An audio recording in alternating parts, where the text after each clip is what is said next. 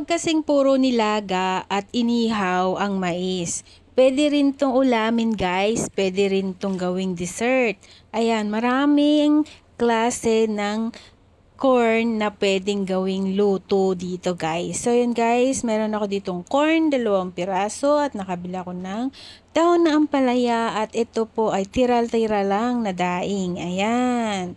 So yun guys, hiwain lang natin itong ating mais. Ayan, tanggalin lang natin dito sa pinaka tangkay niya. Ayan, yung kanyang pinakamatigas sa gitna. So yun guys, nagisa ako dito ng bawang. Tapos, sibuyas. Ayan, igisa lang natin ito. Ayan. So, yan guys. Amoy, mabango na. Ayan. And then, ilagay na nga natin itong ating corn. So, yan guys. Marami din pala yung corn na 2 pieces na corn yung nagawa ko dito guys.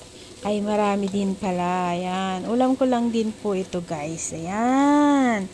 Ang sarap ng ulam ko ngayon, guys. Kung bago ka pa lang sa aking channel, please give me thumbs up naman po dyan. Like, share, and comment down below. Paki-comment na din po kung taga saan nakarating ang aking video. At nilagyan ko na nga po ito ng tubig. Yung nilagay ko dito guys ay tubig na kumulo na po para mabilis lang kumulo. At yan, palambutin lang po natin ito konti. Ayan. At nilagay ko na nga po itong daing na ang alat-alat nito guys. So ilagay natin ditong sahog para naman hindi direct yung alat natin kakainin.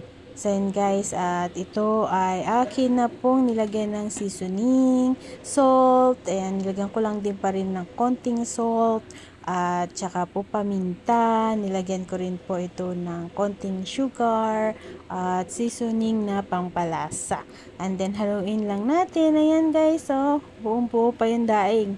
At nilagay ko na nga po dito itong dahong ampalaya na aking hinimay, yan. Ayan, makakakain din ako na ampalaya kasi sa amin sa Pinas, maraming taniman yung ate ko nito ng ampalaya at binibenta nila na dahon. Doon pag sa Pinas, sawa ako ng dahon na ampalaya. Talagang malalaki talaga yung dahon ng ampalaya nila doon sa bukid.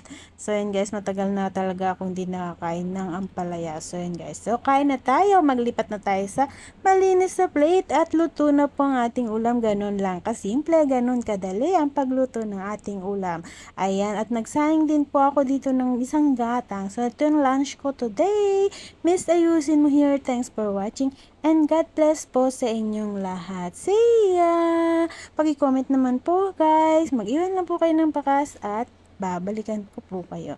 Thanks for watching. God bless you.